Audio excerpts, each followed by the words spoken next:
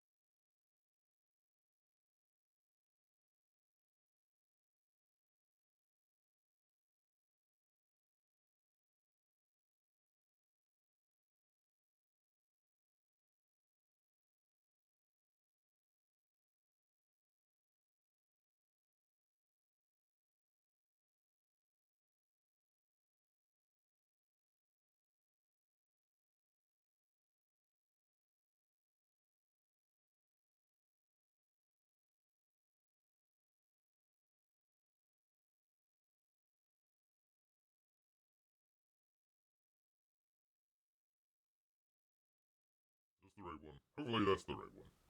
That is the right one, people. Finally. Okay, we can hear. Alright, test. I should have done this beforehand. Should have done this a little bit beforehand here, but, okay, hold on. Let's see if we can. I got the computer all the way over here. Alright, let's do the thing with the thing. I gotta check this first, people, so give bear one uno momento. I've got this. Hello. And we've got this one too, people. Alright, there we are, finally. We we've got it. So here we are. We got a little black and white review that we're going to be doing. I need to just go ahead and do the review. What we're going to do here is I might do this as a separate video. So what I need to do here is do the review here, but my computer is way over here. So bear with Bear here. If you've got any questions, leave it in the chat, but the chat is way over there. So I've got to figure out how we're going to do that. But we're on the right path, people. We're on the right path. What about the shelf apologizing? What? You've been giving me the silent treatment for too long. Well, I apologize. Talking to my shelf is like talking to a brick wall, says people. Don't worry, man. Don't worry. We got it all under control. Hopefully, paws crossed here. We've got it all taken care of here. All right. Let's see. La. Okay, that works. Looks like it's good. Looks like it's good. Might have to go back and forth with the cameras and whatnot, but let's go ahead and do it, people. All right, we're gonna try this out. Yeah, way over there, way over here. So normally I'd have the iPad up here so I can at least see the chat, but there is way too much. You see this part right here, and it's like nice. And once you get it like right beyond the screen, it's like a complete mess. Complete mess, people. So luckily we've got this little area right here that's nice and clean for you good people. All right, everybody can hear. All good. I guess, P-Money, I guess we're gonna have to do a song here. I guess we're gonna have to do a song. So give Bear a moment. Let's see.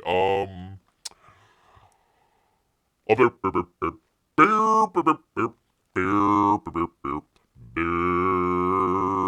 reviews Black and White 2, Man vs. Machine, and also High Octane. Yeah. Is that good? Are we good on that one? Are we good on that one with the music on that one? I hope we are.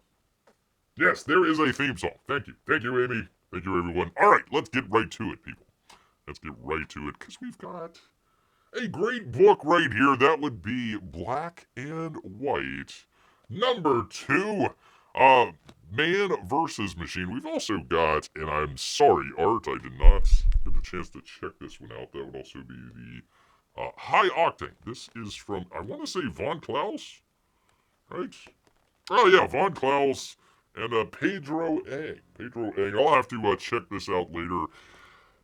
Interesting about, while I've got this right here, let me just go ahead and say, so we've got this, this is a little bit more of a kid's book, if I remember correctly. This would be more kind of a, adolescent, I suppose you can do it for kids. That's one of the, okay, people, I've got issues with Black and White. Let's go ahead, just jump right on into it. A good book. I enjoyed the book. We'll get into the story here in just a minute. But first off, Bear has mixed opinions. Number one, essentially how to kind of review some of the stuff. New Comicsgate 2.0, 3.0, whatever the heck you want to call it. Originally Bear, a little bit more of an activist. A little bit more out there, kind of rah. I liked all the guys out there. Want to make sure that they get their books out and get a good amount for them as well, so it's worthwhile and everything. So a lot of times you want to do rah stuff. The flip side of it is now a lot of people are reviewing books, and it's like, okay, everything's fake and gay and all this other stuff and yada, and you're nitpicking at every little thing. I don't want to do that either, but Bear has, in the past, very briefly, worked out with Art Thibert. He's right in the book here. Worked out with Art just very briefly on a small little video that he was making for, I believe it was his other campaign. I believe it was for Chrono Mechanics, if Bear remembers correctly. So a little thing with that. A lot of it was back and forth. Art is a little bit of I don't want to say a perfectionist, but he knows what he wants out of design and that sort of artwork and stuff like that. So I'm gonna have to hold him to a little bit of his sort of high standard that he kind of holds to himself out here. So if there's a little bit of criticism that Bear has, I'm not doing it as far as negativity towards the book. It's more of a hold this to a high standard, and I believe that essentially, I believe that it probably needed another pass or two through it, maybe another editor or something like that to go with the book here. So let's go ahead. Let's just jump right on into Black and White Volume 2. That'd be Man versus Machine here, people. Let's take a look at some of the great covers. You saw the black and white version. That is the colored main cover here. He's got a couple other ones as well. I think Kenneth Rocafort and oh gosh, I'm drawing a blank on the other one here. Who was that? Joe Bennett. Joe Bennett out there did one of the other covers here. So great covers. I did some great work there. I enjoyed all of the artwork. From Art Thibert, I enjoyed the artwork in the book. I had a little bit of an issue with the story, but first off, great artwork, always great inks from Art Thibert. Enjoyed flipping through there and checking out all the pages. Great stuff there. Who did the coloring? Hold on one second. Let me find out who did the coloring in this. If I find the book here. Give them credit here. So let's see. And we'll do it here. Actually, I will show you, good people. That might help. That might help if I actually showed instead of telling. That's one of the things that Bear is going to be kind of talking about here is showing and not telling. But let's go ahead and show and tell here real quick. First page. Can we see that? Yeah, we can see that. Let's see. Writer and artist Art Thibert. You got a couple more writers. Joe Fulton and Pamela Thibert, his wife. Colored by Brian, pardon me if I'm pronouncing this wrong here, Mangane? I apologize here, people.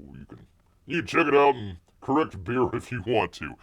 He did some great coloring in here. I really enjoyed the coloring that they did here. Some great stuff. Let's see. Letters. Kurt Hathaway. We'll circle back to that in just a second. Created by Art and Pamela Thibert. With art assist by Russ Leach and Alan Patrick. Alan Patrick there. At Heck Check Studios, if you can see that. There we go. So, I thought this was great. It's a kind of a thick book. I don't know exactly how many pages this is. I like the colors in here. Look at there. Great coloring that they did. Greens and purples and all that sort of stuff.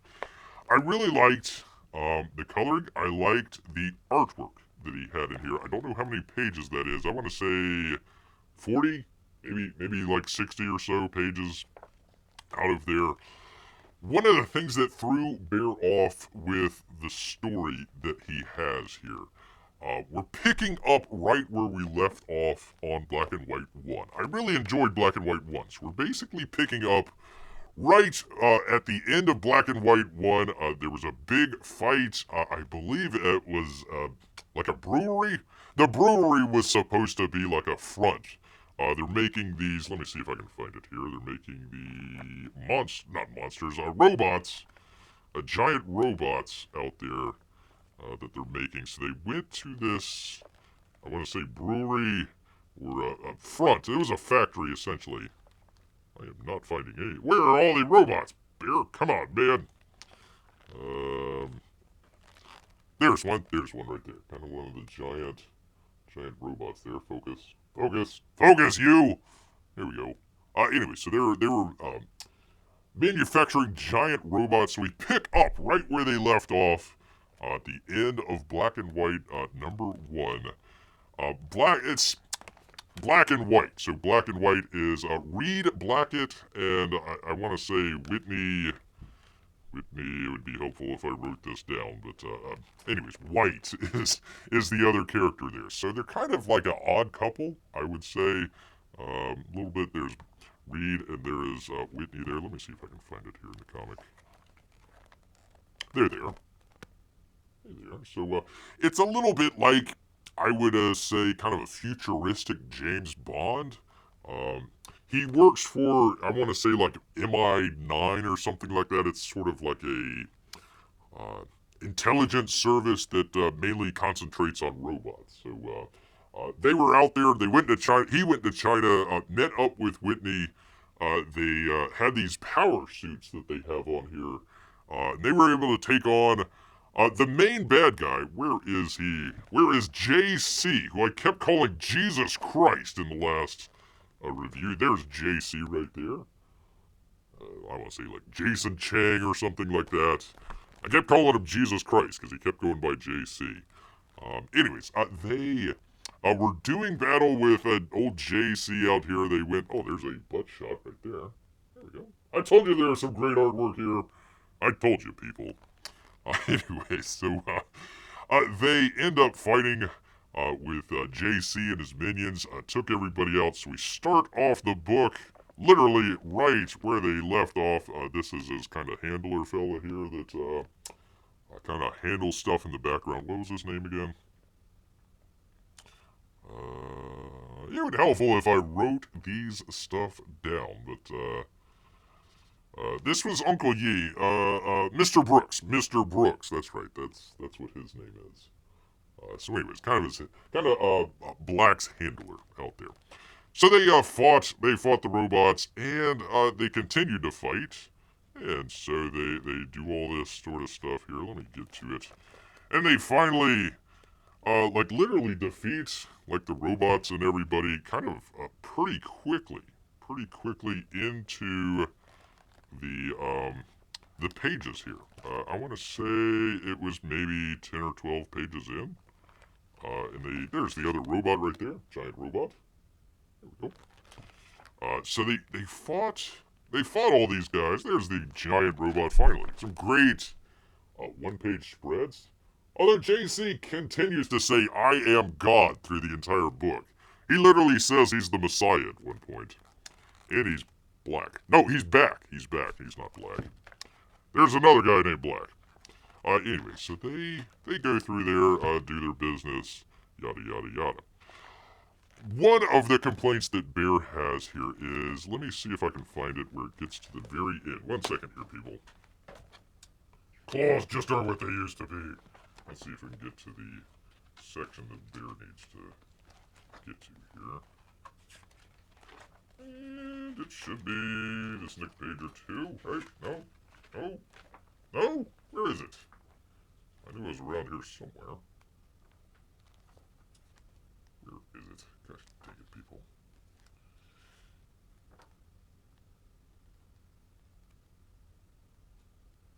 Oh, it's further back. Oh, God. Yeah, it's, hold on just 1 second here, people. See if I can get to this. Okay. Oh, wait, no, one more. One more? Was it at the end there? No, I think this was the end. Okay, there was the end. Pardon me, people, pardon me. Anyways, there we go. There is the end of basically the end of the story of essentially the first book. So that was maybe 6-8 pages, something like that. And then you get the rest of the book here. The problem with this is, I think, and I'm not exactly sure, Bear is not exactly sure how he kind of paced the story here.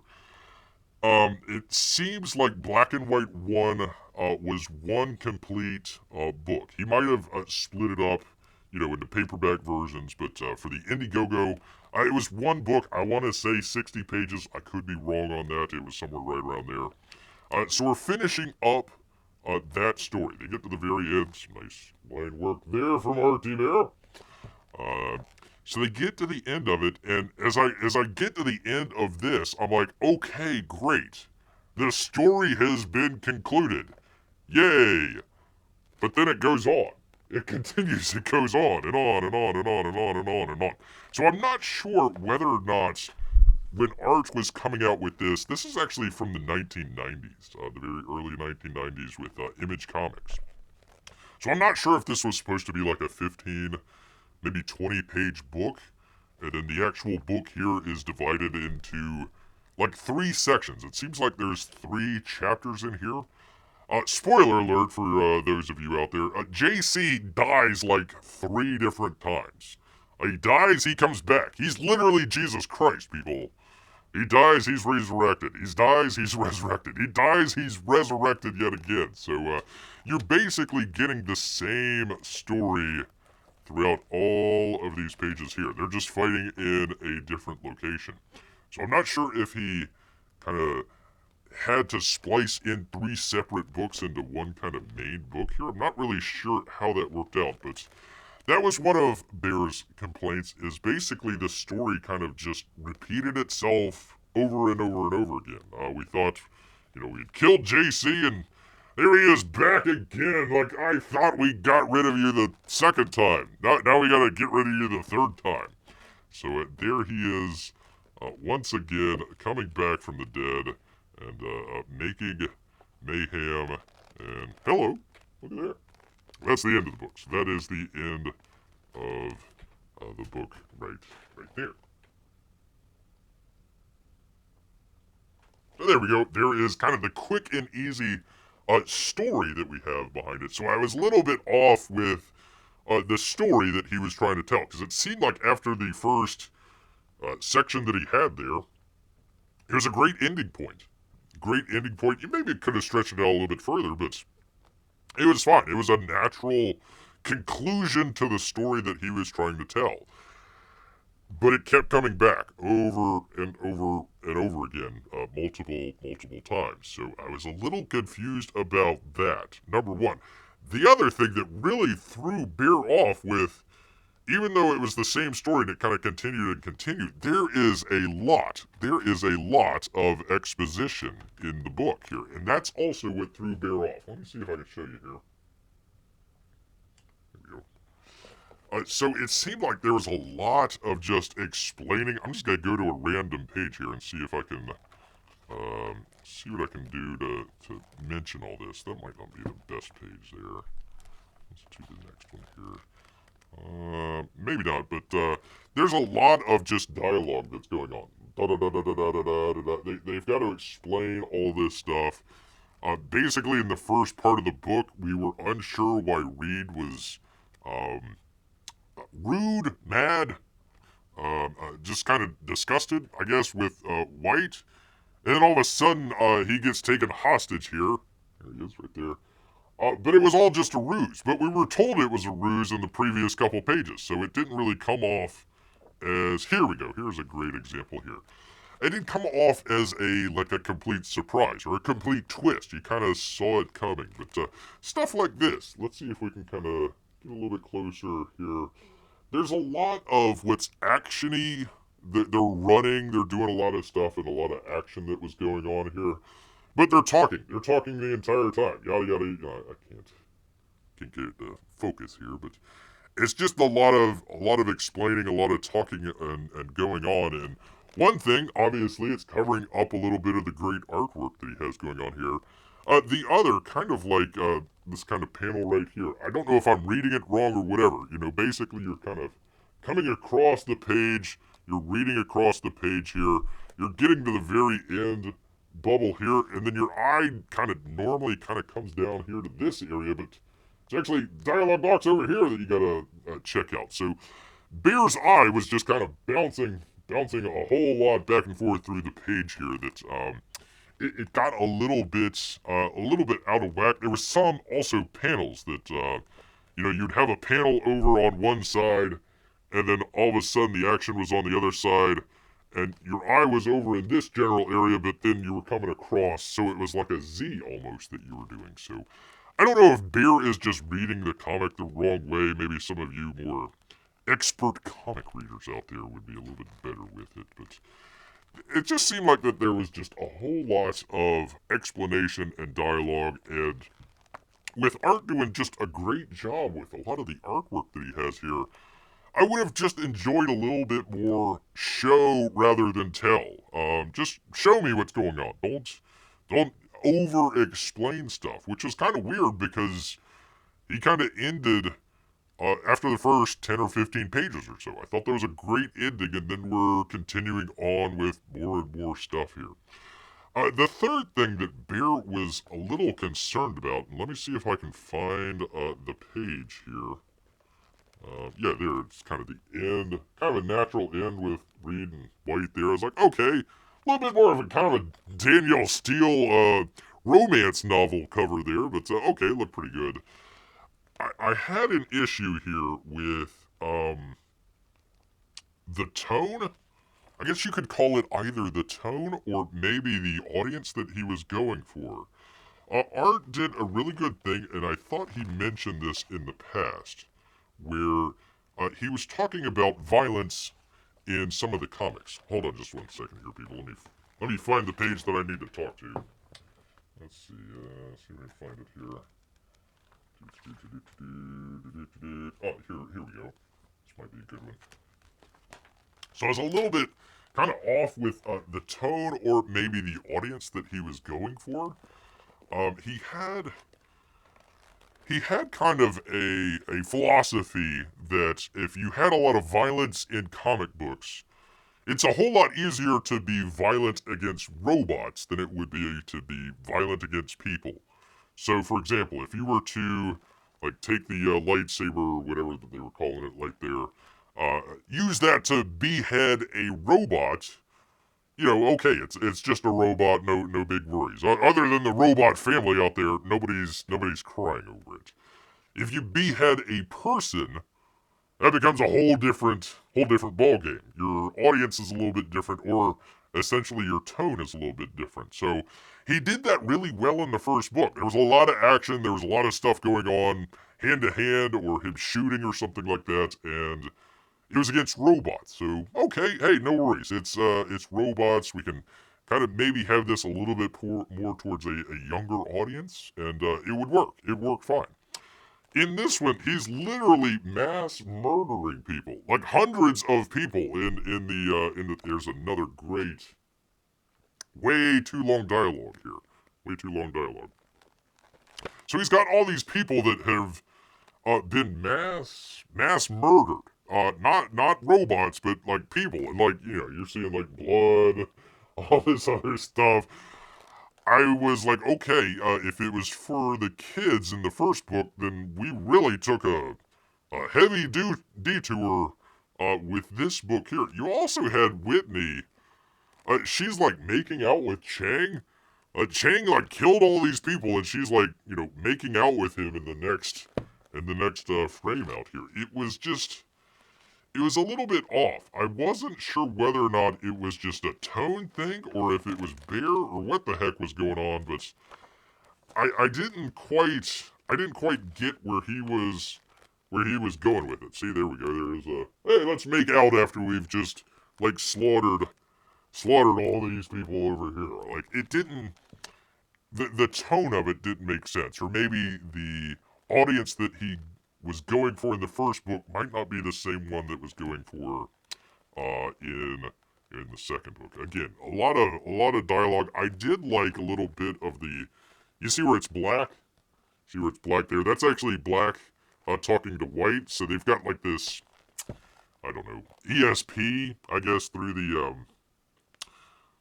the suits that they have, so they can kind of talk to each other like telepathically. So I thought that part, where you can actually see who's being talked to and what's being said without actually seeing the character. I thought that was a really interesting thing there. I like the design that he has, like on the airplanes and the robots and stuff like that. I thought he did a really great job with that. But once again, I thought the tone or maybe the audience that he was going for was a little bit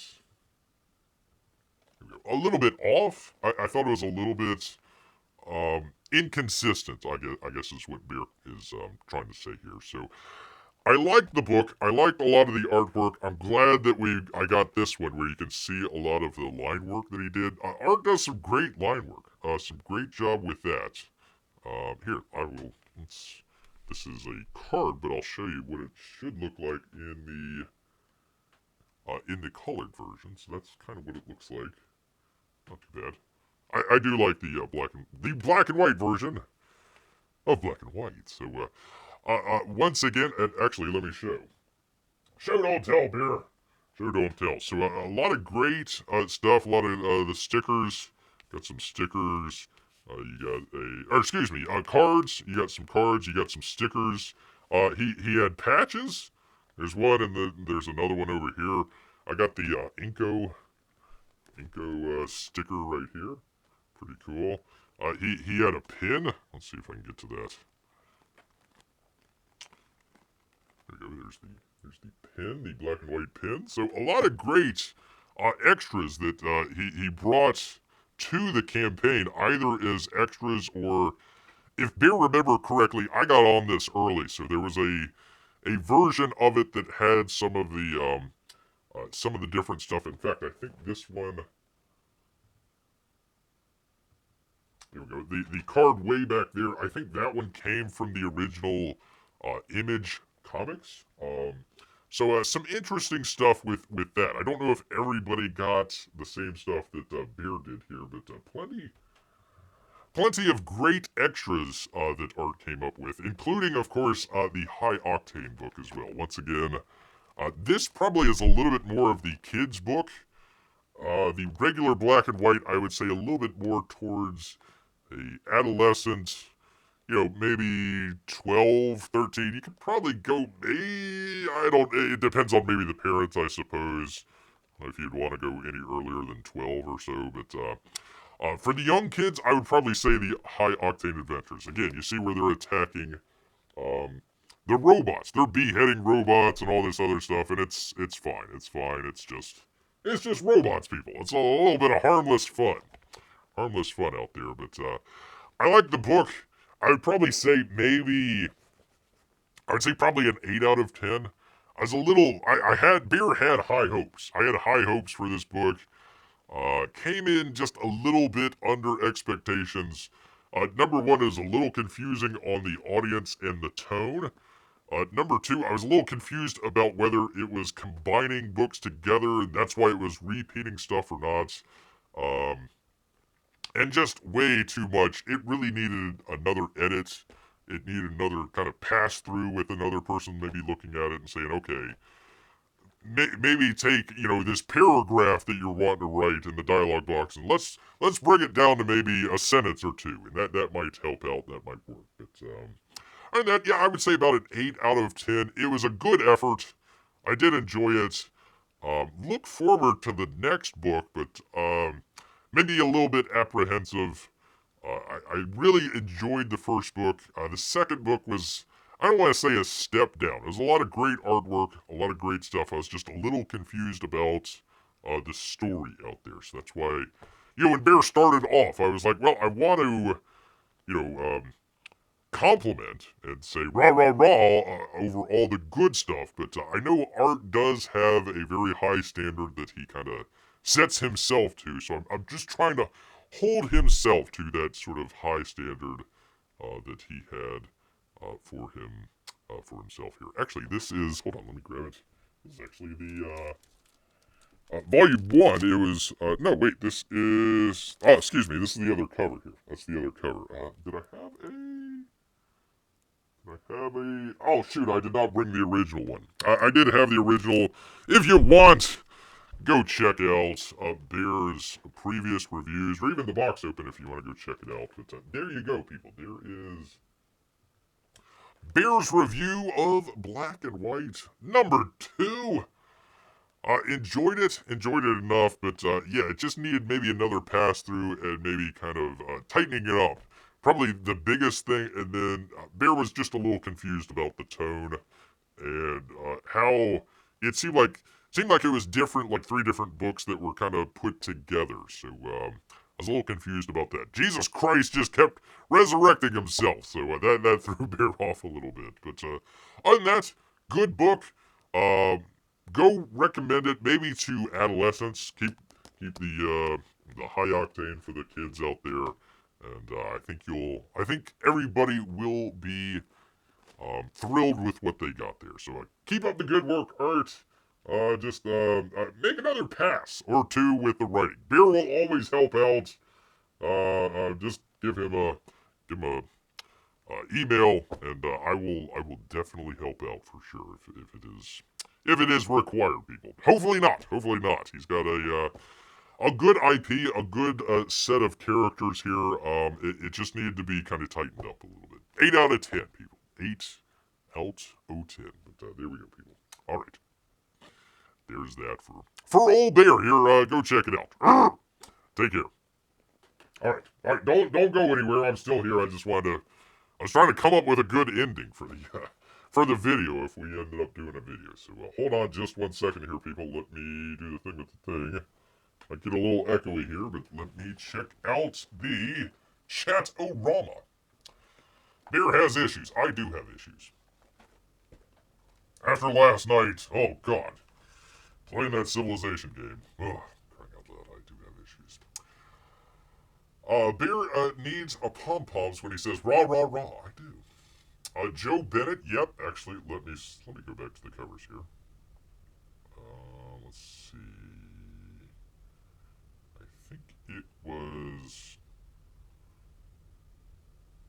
was this one. That was Joe Bennett. There you go. Amy says, I feel lied to. What? The book is called... it is called Black and White, but it does have color in it. I do. He did have a...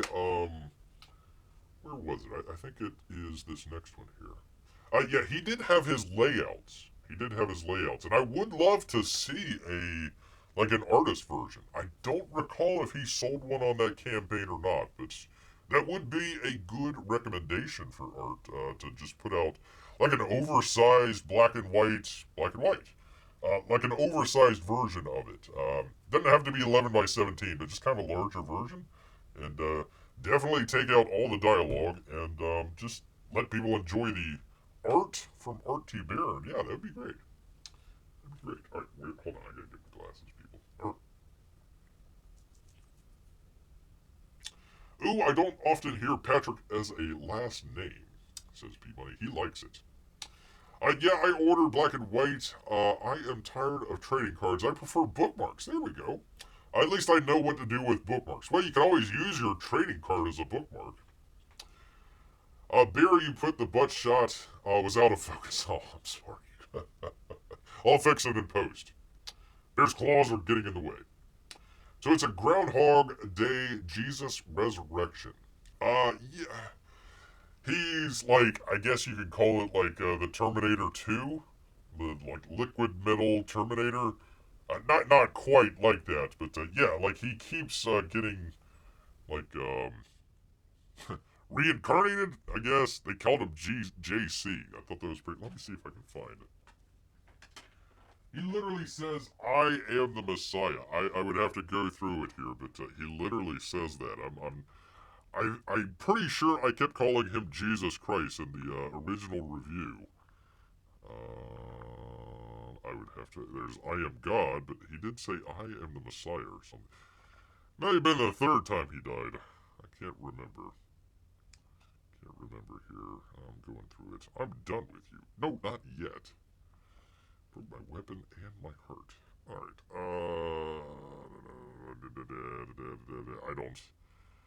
I don't see it right away here, people. I would show you, but yeah, he literally says, I am... Where is it? Oh, that's the third time he comes back from the dead. Okay, it should be close, right? He should say, I am the Messiah, right?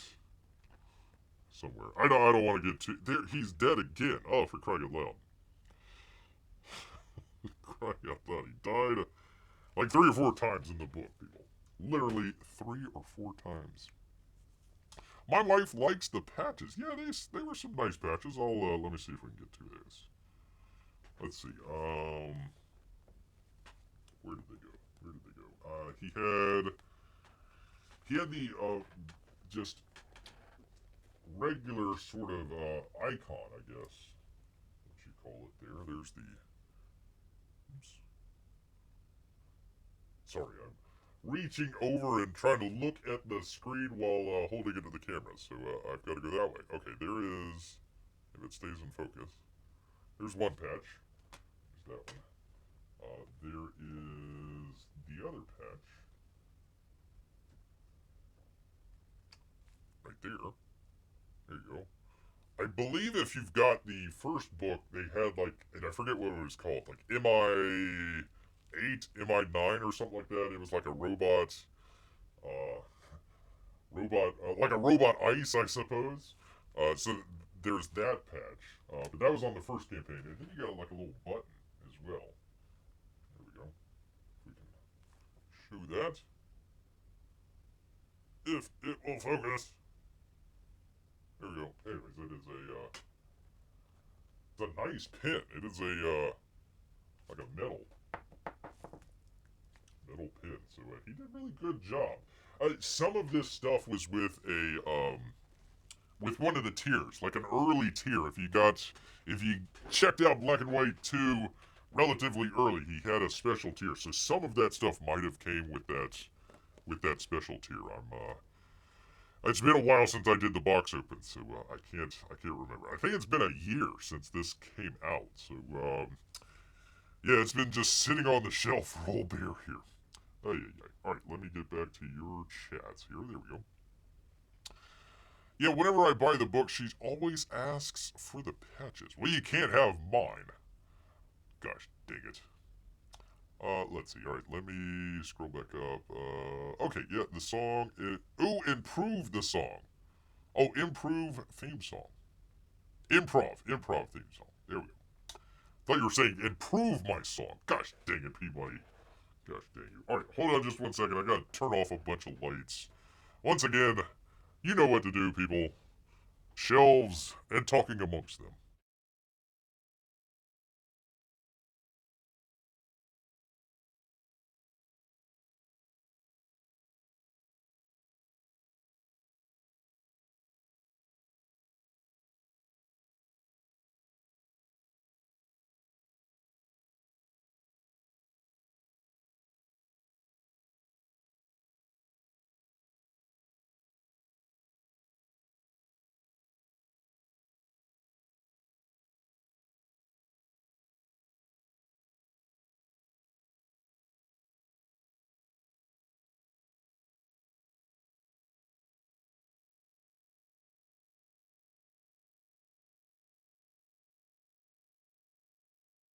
All right, there we go. It's all battery powered, so I gotta turn them off, otherwise they'll die. There we go, people. There we go. Forget the shelf. The shelf and I are done. Aw. Actually, you know what? This would be a great transition here. I've got a great news story for you good people. One second here. Get out of that. Bring it up. I did have a bunch of stories here. I don't know if I'll be able to get to them all, but I'll just kind of go through them quickly. There we are. We talked about, of course, Warner Brothers splitting up. A lot of consternation out there.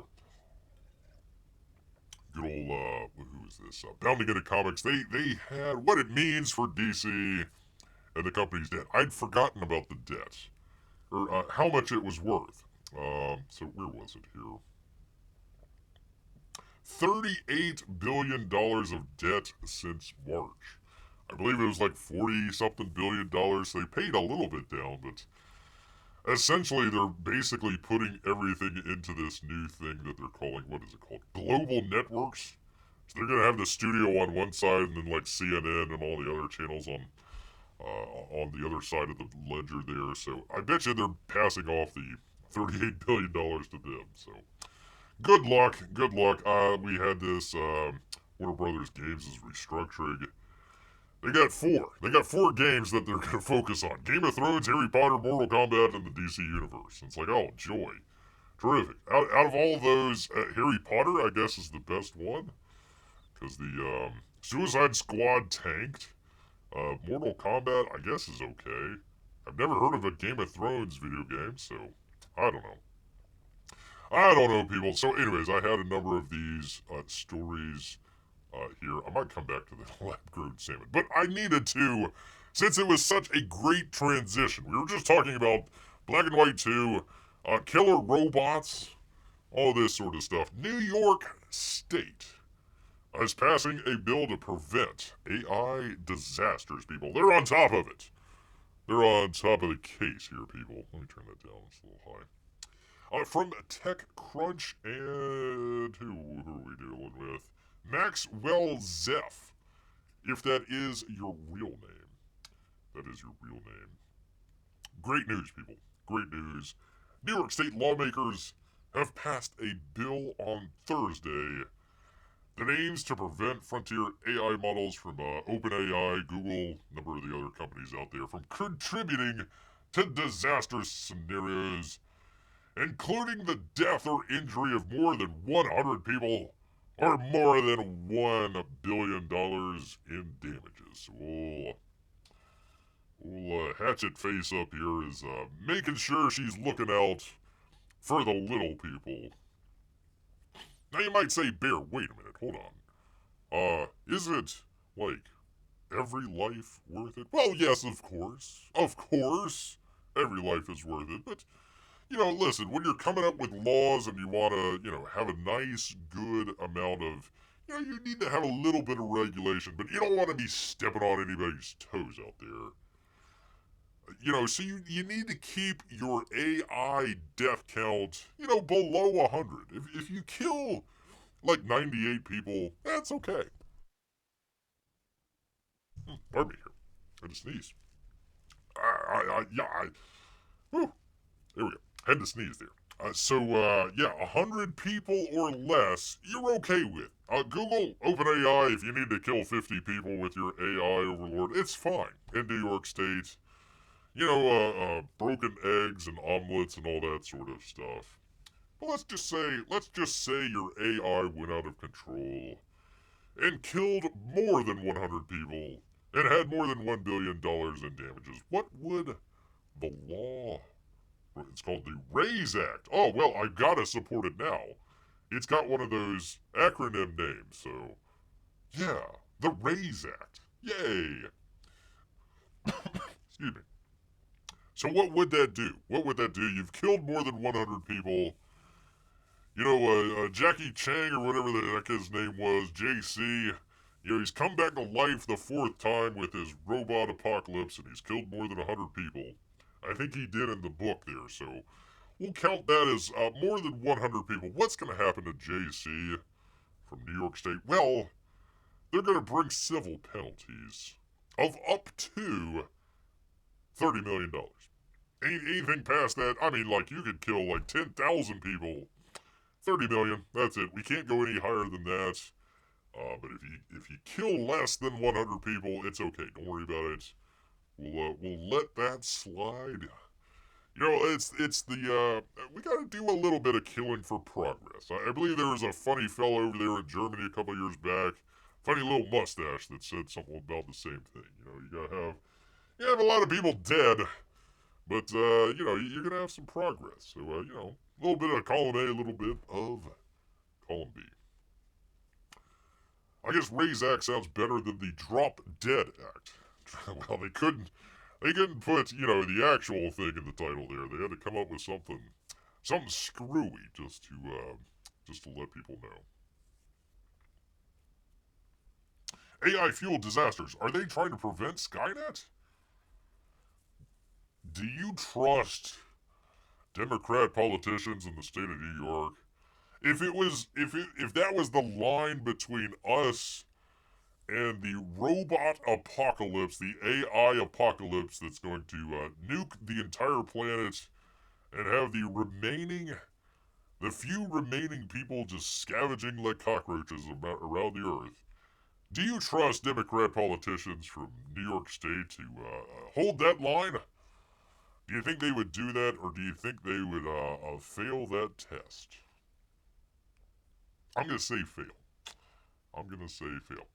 AI models we're training were using more than $100 million in computing resources. So $30 million is a drop in the bucket there. So you can kill 99 people and you're okay by this lane. I mean, at least it's better than the last guy who shoved Wu flu patients in with nursing home people just to, lower his Medicare expenditures. Hey, we don't got to pay for the elderly people if they're all dead. So well, let's go ahead and do that. So she's doing better. Let's keep it below 100 deaths per company, and we'll be okay. Good on Good on old Hatchet Face out there. Good on her. Well, going from that to another sci-fi dystopia, people. This really hits home for beer. This really hits home for beer. From Food and Wine, people. And Stacy LaCasa. We'll go with it. Lab-grown salmon, people. It's here. Oh my god, it's got FDA approval. What? RFK, what are you doing, man? What the hell's going on here? Cultivated entirely from fish cells. That'd be Wild Type's sushi grade salmon is now being served at Chef Gregory Godet Khan. Wait, Gregory Godet's Khan. Khan! Why do we have to, oh, for crying out loud, why do we have to name our stuff after, like, a giant villain from Star Trek? Isn't that like naming your restaurant after Thanos? Hey, come on down to Thanos and it'll be a snap. Like, what the hell? What? Come on, man. Come on, man. I thought I had an image here. Well, it's lab-grown salmon, people. Lab-grown salmon. There's a new type of salmon heading to your shelves, people, that you won't find in any of the world's oceans, they say. In early June, Wild Type. Why do they call it Wild Type when they're growing it? Oh, for crying out loud. A cell-cultivated seafood company announced that it's officially on the menu in Cannes! A Hawaiian restaurant in What? A Hawaiian restaurant in Portland. Okay. Under the direction of Chef Gregory Godet. At Cannes! We take pride in the ingredients we utilize, even if it's some frankenfish out there. Introducing a Wild Type's cultivated salmon, people, onto our menu hits the elevated and sustainability marks we want our menu to offer guests who share a similar value system to our own. I know when I go to a restaurant, which is very rare because, bear's a bear and I'd get thrown out, but on the rare occasion that bear does wander into a restaurant, I want them to have similar value systems to my own, people. In reality, you may never be able to distinguish between its product and something caught in the ocean or farmed. Are you sure about that? Do you want to take that beer challenge? As if it's produced from cells using Pacific salmon that are cultivated in cell environments that replicate the habitat of wild fish. But they're not wild, and they're not really even fish, they're just cells. The cells are then harvested and mixed. Sure, why not? With a few plant-based ingredients to help create texture, flavor, and the appearance of salmon. Nothing like harvested cells mixed with plant-based ingredients to have the appearance of conventional salmon. According to Wild Type, its first product, Saku, is ideally served as sashimi style and best consumed raw, just like any other sushi. Good God, sir. Oh my God. Not only do we have frankenfish, let's consume it raw. We made it for world-class chefs to seek out the distinct flavor and freshness of raw seafood without that ickiness of, raw seafood. Well, it's undoubtedly a significant milestone for diners, whatever. It also represents a major advancement for cell-cultivated products everywhere. As this marks the first approval of cell-cultivated fish by the FDA. God dang it, what the heck is that? What the heck is that guy that cuts off the whale head and drives around on his car thinking? Come on, RFK! God dang it. Based on the information Wild Type has presented to the FDA, as well as other information available to the agency, we didn't identify a basis for concluding the product process as described in CCC 000005 would be expected to result in food that bears or contains any substance or microorganism that would alterate the food. Sir, what would you like to have for dinner this evening? Well, I would like to have CC000005, please. Oh, well, an excellent choice, sir, an excellent choice.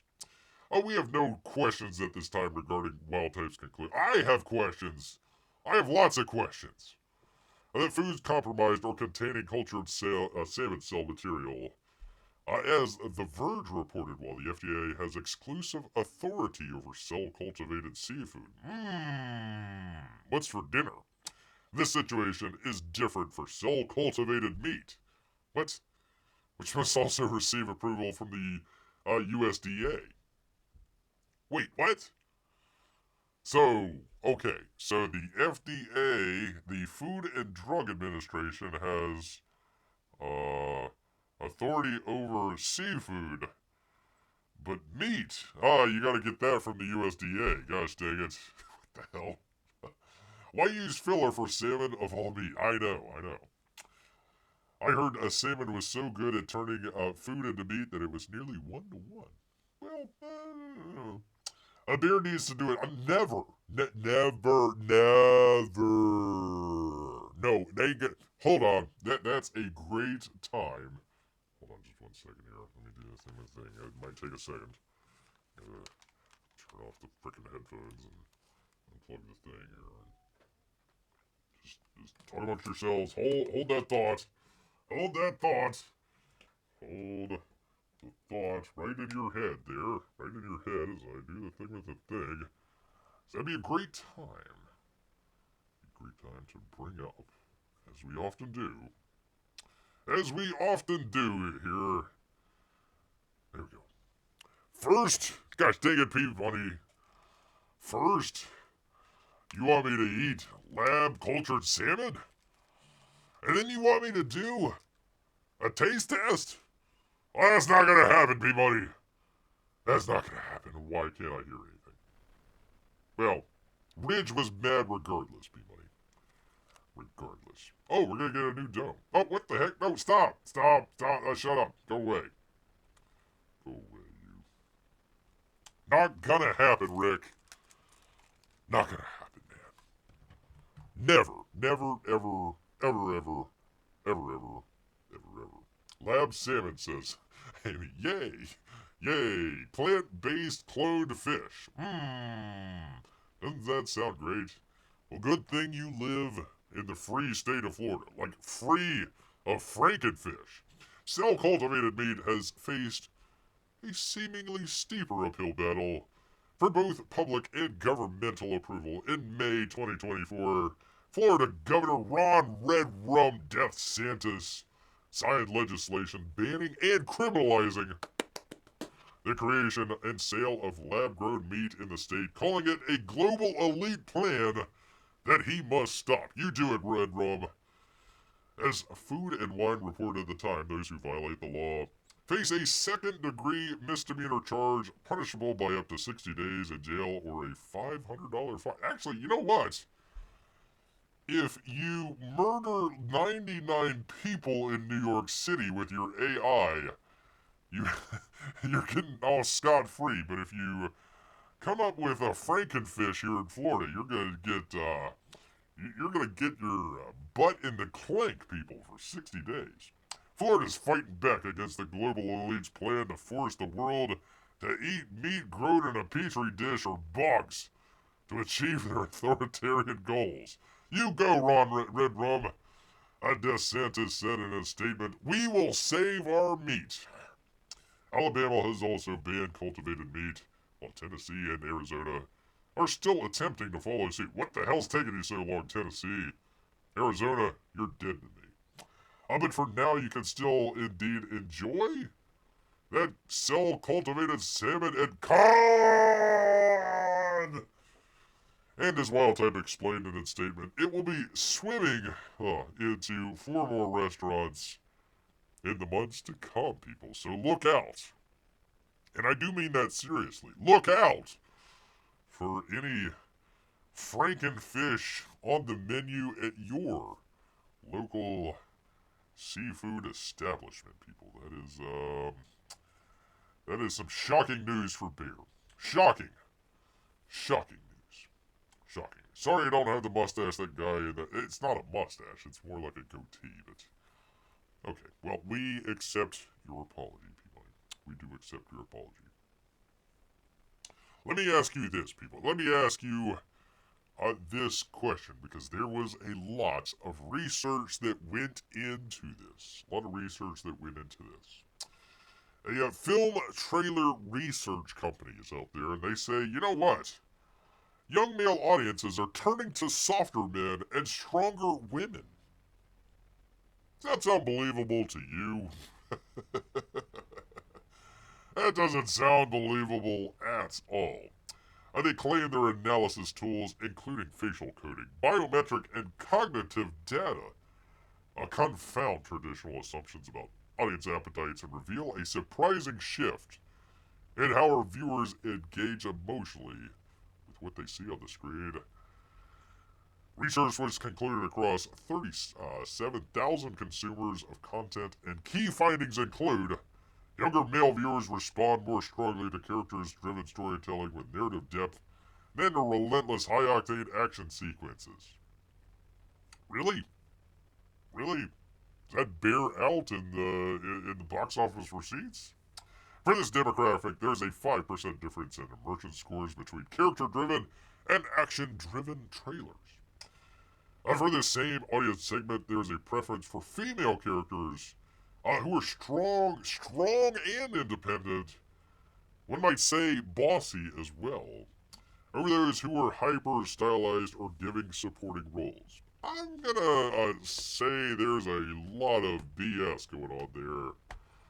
A lot of old BS, people. So, anyways, there was that. I got a couple other James Gunn stuff here, but it's like, I don't. Listen, I'm not a big fan of not Superman, but I'm not a big fan of James Gunn's Superman here, so I don't mind it crashing and burning, but that's why I don't want to see it succeed. I don't have any problem with Superman or anything like that. It's just, I don't like James Gunn at all, people. I let everybody know that. Let everybody know. Again, confirming Bear's opinion here that, we're not going to see The Batman 2. The Batman 2 as he faces... Batman faces his greatest foe of all time. Water that is about 3 feet high. Waist-deep water. One of the big Batman villains of all time, people. God, that was a terrible, terrible movie. Terrible, awful movie, people. Anyways, there is that. Thought you'd like to see what Beer had in the news section there. Sorry, Beer and Amy, I have to head out early tonight. Have a great night. Well, you too as well, Peabody. We're wrapping it up here. Anyways, want to thank you and Mrs. Peabody and all the littlest Peabodys out there coming by and hanging out with old Bear as he did I would say a great review of Black and White 2. So I hope you all enjoyed it as well. Make sure you hit that thumbs up button for Bear. It'd definitely appreciate it. Amy, any D and Q tonight? I stopped by quickly the last time, and it went on for like 4 hours. I'm like, what the hell's going on here? I said hi, hello. I don't think Mike even acknowledged the chat for like half an hour, so I kind of checked out after that point. So let Bear know and the audience know if there's a D&Q tonight. If not, we'll be right back here on Saturday to do another great show for you good people. So I want to say thank you to Amy and Melissa as well. And of course, as I scroll up, all of our Russian bots and lurkers. Appreciate you so very much. But you know what? All this talk, a lab-grown salmon has not made Bear hungry at all. Blech. But he is going to head back into the woods. So until next time, people, grrr!